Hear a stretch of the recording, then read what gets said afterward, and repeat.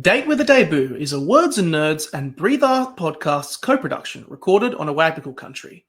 And I pay my respects to all elders, past and present, and extend that to any First Nations people tuning in.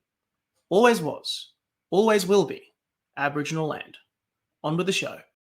I really liked the idea of writing it over the course of one day because you can be sort of cruising on along in your life thinking that everything is going okay, and then sometimes shit going sideways a little bit can spin you off into all sorts of directions. It sort of can shake you out of a complacency.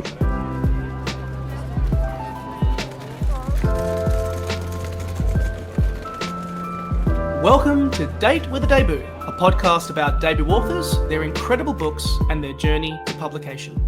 If you are looking for a new author to discover or writing inspiration for your own story and you don't know where to start, this is the place to be. I'm Nick Wasiliev, author of When Men Cry and your host for today's show, and I'm delighted to welcome another debut author in today's episode. If you enjoy this show, or indeed any other shows on the Words and Nerds platform, jump online and give us a thumbs up, a 5-star review, wherever you are listening. Thank you for listening to us and for supporting the Australian book industry. You can also find any books mentioned in today's podcast down in the description. For our first episode, it is important to recognise that late last year we actually got hit with a bunch of debut books. So today I'm being joined by Eleanor Elliot Thomas. She worked for many years as a lawyer before committing to writing full-time, and previously she created the Isolation Bear comics during COVID lockdown. But we're here today to talk about her debut novel, The Opposite of Success, which is published by Text Publishing, and you can grab a copy of that right now down in the description. So I started off by asking Eleanor about how writing a novel compares to crafting a comic. And also, because this book has now been out in the world for a little while, what has the reaction been like?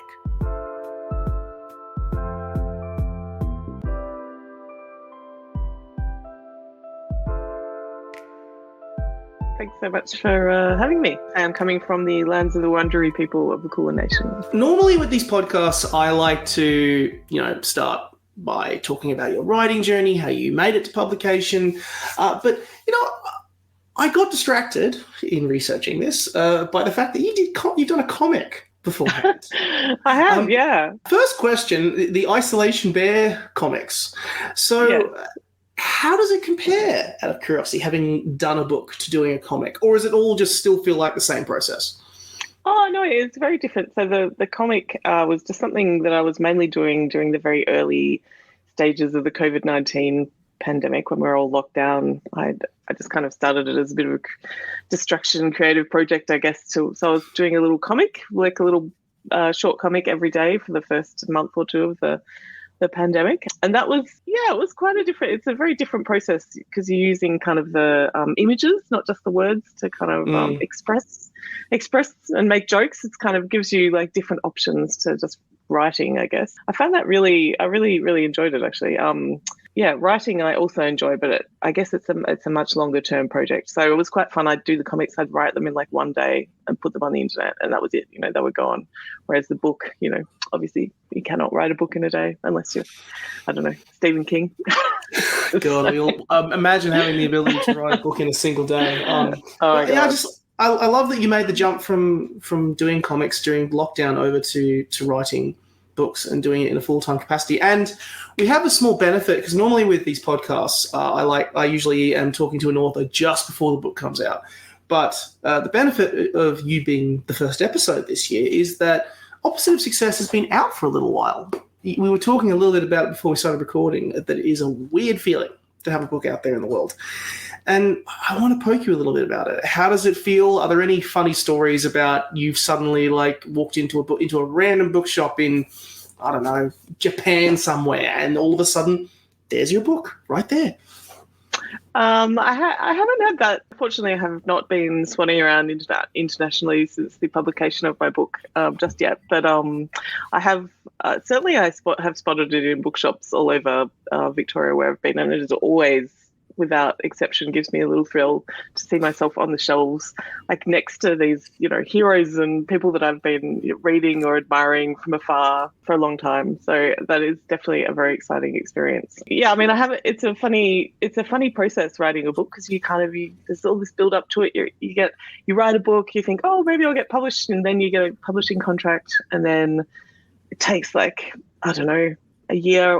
It took me a year from contract to publication, but that's quite fast. Can take much longer. The book comes out, it's like the biggest thing in your life. But then for everyone else, it's just like one more of like 20,000 books that are coming out in that 6-month period. So it's like a weird thing, whereas it's like the biggest thing for you, but not necessarily for everyone else. So it's a bit of a funny process in that way. But also, I mean, mostly it's been just like completely delightful. It's so amazing that I've got this book that is out there in the world that people can read. Anyone can read it. It's these strange things that I, wrote in the privacy of my own little office in my room, and now it's out. And now it's out there in the world for anyone to read. It's like sort of having your diaries out on shelf. Not that it's not a biography, but it's definitely like it's a strange and new process for me, and it's been very fun and exciting and a strange and interesting experience. Have you had anyone be like, I'm Laurie?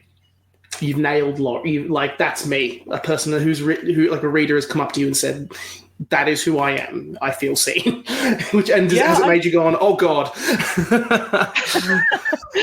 Well, there's definitely, I've definitely had people find her a very relatable character, because she's like a mother of small children. She's kind of trying to balance working and mothering, and is like going a little bit insane in the process, which I think is an experience that many people with young children that are not getting enough sleep at night and are trying to, do like a million things at once, have experienced. So I've definitely had feedback that she is a relatable character, but I've also had feedback so that my book's got two main characters. There's an Alex and a Laurie. Yes. Laurie is probably more like obviously relatable character. Yes. She's like, but I have had people say, "Oh no, I'm a real Alex." Like, so it's I guess it depends on the person.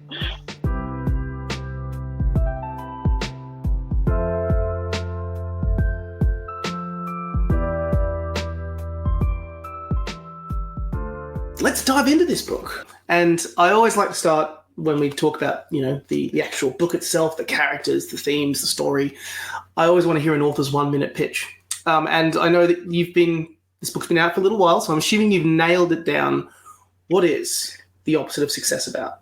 So it is a contemporary comedy about two women and having a very bad day, essentially. It's set over the course of one day. So Laurie is the main character. As I said, she's a working mum. She's been working at the council job for a long time, and she's applied for a promotion that she's a bit overdue for. And when that doesn't quite go as she anticipates, she has a somewhat unhinged reaction, and things kind of spiral in increasingly chaotic ways. So that's a very short summary. I love it, and we'll keep it. We'll keep it as spoiler-free as we can. We will touch on a few things through the book, of course, but want to try and keep it as spoiler-free as possible. But nailed it. This is a very quirky story, and I love that it's also. I had to stop a few times because I often I have power sessions where I smash 80 pages or 90 pages or whatever, and then I have to take a break or whatever. But it still amazes me that this book only takes place over the course of a day. And I honestly felt trouble trying to put together this podcast interview, because the book goes off in so many multiple directions, because you cover a lot. You have the seemingly perfect life being unraveled. You have the dog-eat-dog world of corporate legal environments being passed up for promotions in favor of a new whippersnapper. You have, and then bringing it all back to the title, The Opposite of Success. This felt like the perfect book that encapsulates that moment in your life where falling into expletives, like the book does, shit goes sideways. Brilliant. Absolutely brilliant. Just want to say that straight up. Oh, thank you. I really liked the idea of writing it over the course of one day, because it is because you can be sort of cruising along in your life thinking that everything is going okay. And then sometimes a failure or something just kind of going sideways a little bit, kind of can spin you off into all sorts of directions. It sort of can shake you out of a complacency. So I think that's the reason that I found the idea of setting it over one day appealing, because it was kind of like a normal person and then something goes wrong and she becomes a little bit unnormal or abnormal. She yeah. It's the good thing is it came along at a good time for me, because like I was also diving into historical fiction, some really intense books, and when you have one of those, sometimes it is nice to counterbalance it with something comedic, fun. I don't want to say light, because there is a lot of stuff going on here. Like light can be used in a broader term, but it's an enjoyable read. This book, it's a very enjoyable read because you're dealing with the topics of just having a fucking shit day in such a light, breezy way that is incredibly relatable, which I love about that. It's the charm and the appeal of the book, and I think it, if you are in that sort of person who is kind of stuck in that 9-to-5 desk jockey environment, or indeed if you're just in that sort of environment where you just working your ass off, you feel like you're not getting anywhere, sometimes you feel a bit wheel spinny, this book nails that setting, that feeling, that vibe in a good shape. Yeah. Oh, thanks. That's so nice to hear, because I did find when I was writing it, I like what I kind of had in mind when people were asking me, I was like, what are you writing this for? I'd be thinking, I just want to write something that is, well, it's kind of exploring issues that were relevant to me and that I was thinking about in my own life, but also that I just wanted to write something that was really kind of just enjoyable to read, that it was not that was kind of my main priority, to make it like a book that was interesting and explored some interesting issues, but was also just fun. So it's really nice to do that. The book follows at the top of the, we mentioned it at the top of the podcast, but the book follows two women. I want to first ask about Laurie. We follow Laurie at first, happily married, mother of 2, semi-excited for a promotion, seems to have everything together, and then the crux moment where this book just goes into the stratosphere is where she is told in nice corporate speak is the best way to describe it, that she is perceived as not really working hard enough, and the role is given to a bloke 8 years her junior. Fuck that. And that sends us on the journey of her meltdown. Where did this character emerge from? Because as the story progressed with Laurie, and I think maybe this is probably the reason why a lot of people have gravitated, you mentioned kind of a lot of people have gravitated towards her first initially. And I think the reason is because she goes into this meltdown propelled by pot and alcohol and a whole bunch of stuff. She says shit that is so liberating and stuff that you kind of want to you've sometimes wanted to say when you're in that work situation and someone is pissing you the hell off. It's losing all inhibitions and saying shit that I wish I could say sometimes. Where the hell did she come from? I need to know. Look, I mean, it was funny. When I started writing this book, I kind of just started writing without any plan. I kind of didn't really know what I was going to write about, and I just kind of let it come as it came. So obviously a lot of it comes from my own brain and my own experiences in the workforce. Not that she's fully me, and I certainly would never and have never had those sort of like, really truly unhinged moments of letting it all out there. But I definitely, that idea of kind of being in a job and just sort of like doing your job and feeling like your job always wants more from you than you're able to give it, particularly when you've just got other stuff going on in your life, as everybody does, whether they've got kids or not. Or, I mean, it's particularly like becomes very hard to manage when you've got like small children who like wake you up all night and wake you up in the morning and then need every second of your attention when you're not at work. in that context, it becomes very hard to be like the pure professional that workplaces sometimes expect you to be, and to just kind of like take off, to put this kind of mask on of like, I'm just going to like soldier through this day, and work is the only thing that matters to me, the only thing I care about. And so Laurie is not very good at that sort of performance of that, being the perfect corporate worker. And that's definitely something that came from my own experience. Her subsequent kind of like more sort of meltdowny response, when she kind of goes like pretty nuts in various moments of this book, are a little bit more like, it was sort of like something I was just kind of having fun with. Like, I've certainly been in situations at work where you kind of have to you're having these crazy thoughts, or like perhaps not entirely pleasant like responses are going on in your head to what your coworkers might be saying, but you dampen it down because you're a professional. But in this case, I thought, oh well, what the hell? I'm gonna let Laurie say all that stuff. Like, let the mad witch out and see what happens. I found this so liberal. Like, that's what I think is the appeal of her, because it's just, again, sometimes you do want to let that shit out, and obviously you can't in that setting. So to have someone just say it,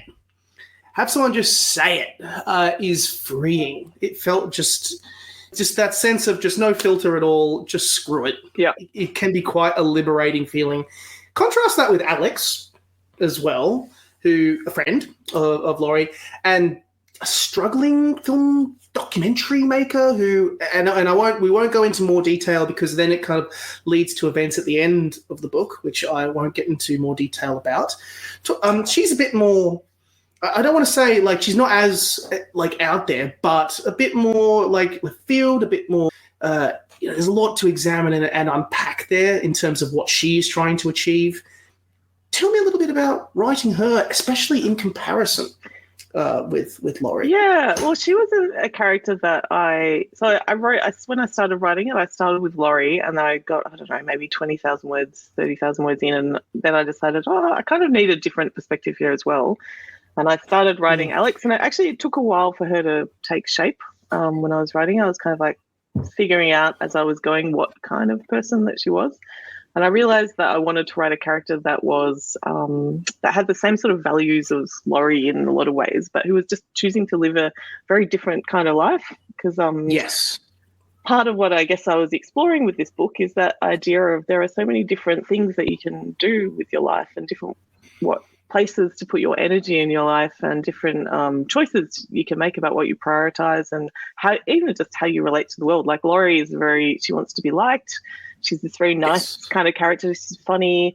Alex, on the other hand, is a bit more of like, she just doesn't give a fuck. She is who she is, and she's less overtly trying to be liked by people. And so I was kind of interested in exploring how that character would kind of interact with the world and various situations compared to the Laurie character, I think. Although Laurie, as the book goes on, kind of loses a bit of the wanting to be liked and going into pretty crazy places. But so I just wanted to write two different characters who might have the same sort of basic values, but who would just living different lives, and kind of explore those different ways to be in the world.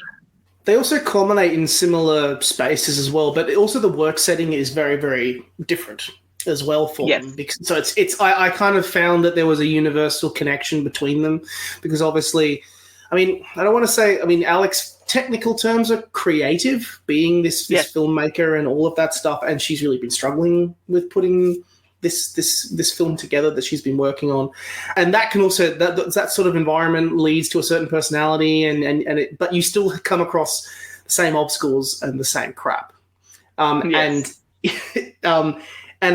okay, well, I'll try and keep it as spoiler-free as I can, but this book culminates in a perfect storm of an evening where this story culminates. You throw in a mining billionaire, you throw in a love affair, you throw in bold fashion choices, you throw in alcohol, pot, and a bunch of other stuff, which I will, again, keep spoiler-free. And it's not very often that we see all of this crap play out again over a day. I have no comment or question to add here. I just said that it was. I just want to say, absolutely entertaining. It's really entertaining. Thank you. Thanks so much. Talk me through just that scenario. We'll obviously say not what happens, but it's like an event in the evening of this particular day. Talk me through this scenario and how this felt like the perfect place for shit to culminate. Well, I guess as I was writing it, I decided actually one of the first decisions I made about the book was that I wanted to set it over one day. So as I said, I kind of went in without a plan. I just started writing, see what comes, what's kind of interesting to me in the moment to write about. And then I wrote these two characters, and then I wanted their stories to be quite intermingled, and I knew that I needed to finish the day with something. So I guess the event at the evening is a kind of a way of bringing the stories of Laurie and Alex together, and also applying a lot of pressure to both of them, because it's I think that's always an interesting thing, to take a character and kind of establish them and then see what happens when you put them under pressure, when things go wrong, see how they respond, because I think it's something that happens in real life, that when you can be living your life in quite a not necessarily a very reflective way. You're just kind of getting through the day, moving forward, just putting one foot after the other, just kind of surviving. But then when things go wrong and you are under pressure, that's kind of the times in your life that you kind of step back a bit and think about what you're doing with your life and what choices you're making, and kind of it just opens up a lot of kind of interesting things to explore. So that's that's what I was trying to do with these characters and that final somewhat chaotic event at the end of the book.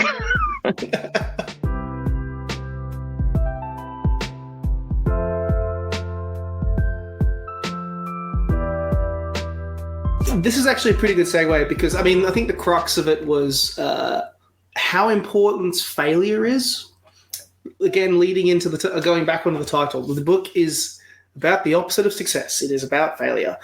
I feel this is a good segue into talking a little bit about your writing publication journey a little bit, because obviously Text saw this book, picked the story up, and I feel like it's a perfect segue. It's not very often I get to ask this question, because I feel like in line with this book being about failure, could you tell me a little bit about how important failure was for you in writing it?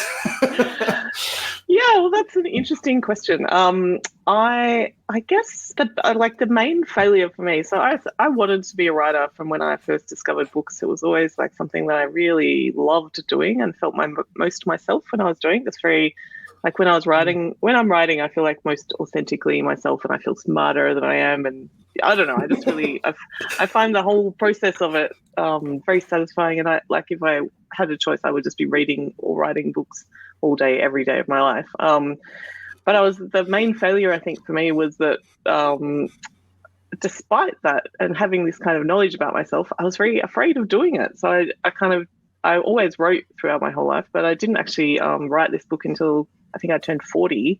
That was at the point where I was like, God, if I actually don't do it now, then I'm just not going to get to it. It's not just going to happen. And it's sort of the failure in it was the failure for me was actually the fear of failure. So it wasn't like I had tried to write books before and hadn't quite finished them, but it was the thing I think that I had failed in was having that sort of self-belief or being able to cope with the idea of writing something and it not turning out. So I think being able to kind of overcome that fear and being able to go, well, if it fails in the sense of, even if I write a book and it's terrible, or if I write a book and it's not published or whatever, I kind of made the decision that I wanted to write the book anyway, because I love writing so much and it's such an important and satisfying thing for me to do. So that was kind of how I got over that. The other failure was I did have an experience at work where I had been a little bit like my character, where I had been kind of cruising along and then I was knocked back for a promotion. And even though it was not at all in the scenario that the character in the book experiences, and it was not, it was a very different scenario, but it was that fear, that experience of being knocked back for a promotion that I thought I might get was quite a good thing for me, because it really jarred me out of this kind of like I was just moving forward, and then I was like, oh well, actually maybe the the path that I thought I was on is not the path that I'm actually on. And it made me think a lot about what I was doing. And that actually is part of the reason that I ended up writing this book, because I thought it kind of brought me back to that sort of contemplative self where I was thinking, oh, what do I actually want to expend my energies on? Do I want to focus solely on this other, because I was working as a lawyer at the time, and I sort of decided to take the time to also do the writing, and that I kind of realized at that point that I knew that I'd really regret it if I didn't. Absolutely. I also love that the actual expending of energy was kind of the culmination of it. Like you were dealing with like other stuff, and this kind of made you go, you know what, screw it, this is what I want to do, and I'm going to do it. It's amazing how often that can often be the catalyst for the creation of a piece of art like a book. You've suddenly had a recontextualizing of either your life or kind of understandings around it, and that often leads to be from those failings or troubles that you get hit with. Suddenly you are galvanized to create a piece of work, which I think is always amazing. What is next for you? Will we see another book? Yes, well, I'm contracted to write one, so we better. Oh, that's important. Yeah, that probably makes an impact. It does, yeah. So I'm very fortunate. I've got a 2-book deal with text, so I'm working on the second book at the moment. I'm sort of about halfway through the manuscript, and it's a little bit not wholly different to the opposite of success. Maybe a little bit less kind of like overtly comic. It's a little bit more serious. It's kind of explores sibling dynamics and also the role of luck and kind of privilege in life. Mm-hmm. So I mean, it's currently not as overtly comedy as the opposite of success, but having said that, I don't think I even knew the opposite of success was a comedy until I showed it to someone else, and they were like, "Oh, you've written a comedy." So I think that's just how I don't know. My natural voice is like the comic voice, I guess. So it's not going to be War and Peace, the next one. Well, hey, look, all comedy in some essence, shape, or form is critical. The comedy comes out of the fact that it's bloody relatable and hits you pretty hard, and that's what I love about this book. It's really, really good. Oh, thank you. You should be super proud of it. Thank you.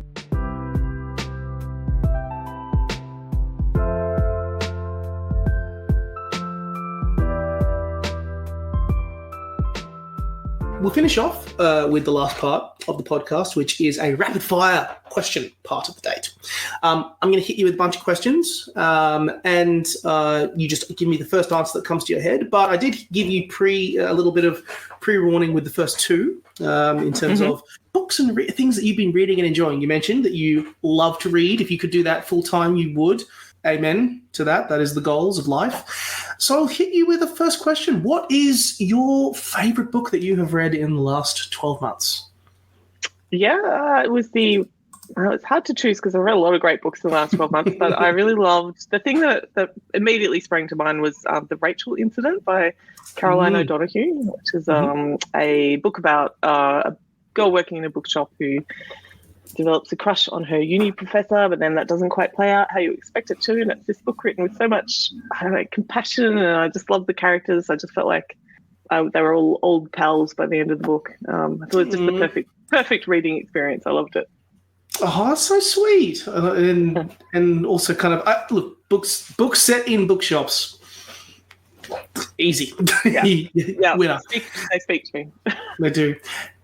What is your favorite debut that you've ever read? So I'm not talking like in the last, 12 months or whatever. I'm talking ever that you've read. Yeah, favorite debut. Yeah, that's a tough one, but I really did love, do you know Diaz's The Brief Wondrous Life of Oscar Wilde, which is about a Dominican-American kid. It was like maybe 2007 or 2009. It's early aughts.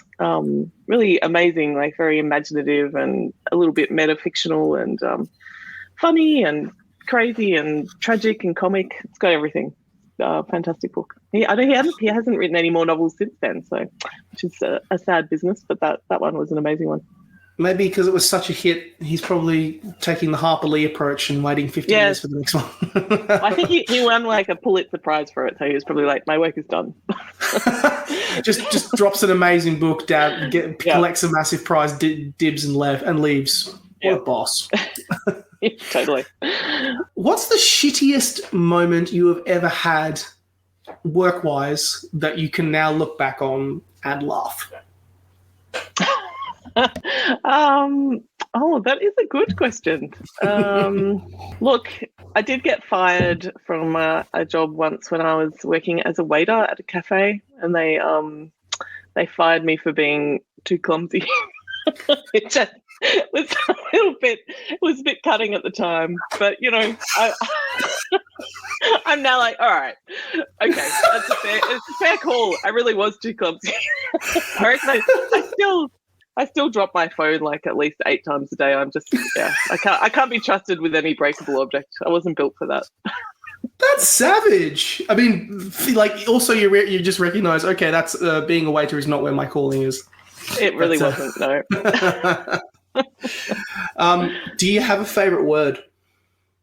Oh, that's a good one. I'm just like, my brain is now just being flooded by my least favorite words, but that is a good question. Oh, now I'm blanking. What are words? What are words? I can't think of any. What are words? Words are life. That is. They are life. You know what? I'm not sure that I have a favorite one. They're all good. Let's recontextualize it. Is there a word that you like? For example, you were writing this book and then you went, you know what? I've kind of got an obsession with this particular word. I'm going to drop it into a sentence here, here, and here. And then even to the point where, your editor would have been like, dude, can you stop putting this word in to this book?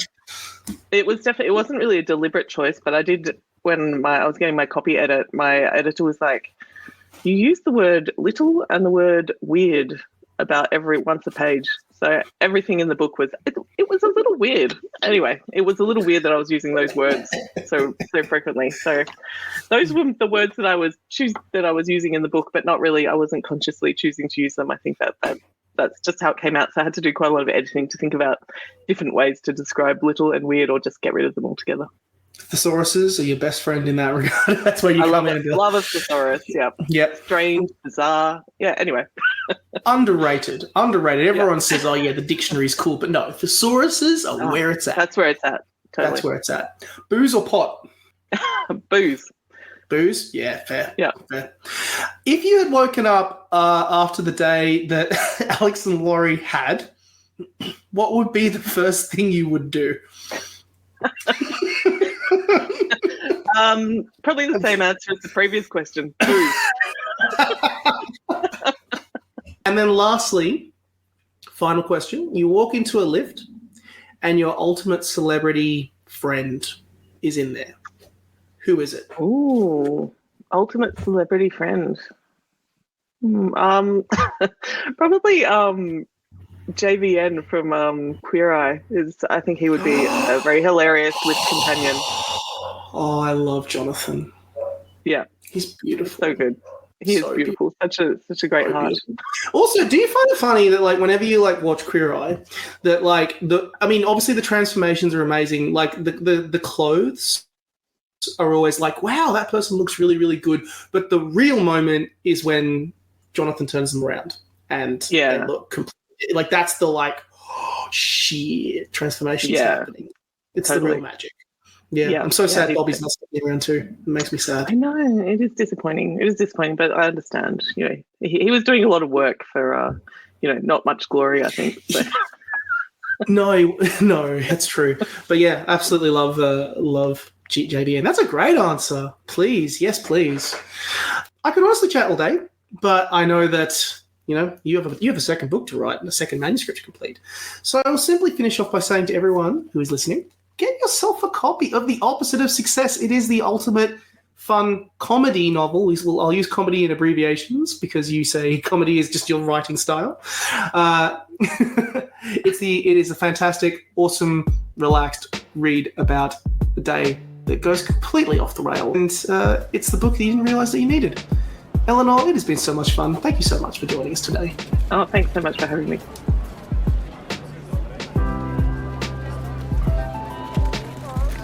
Thank you for listening to today's episode of Date with a Debut and for listening to the Words and Nerds channel.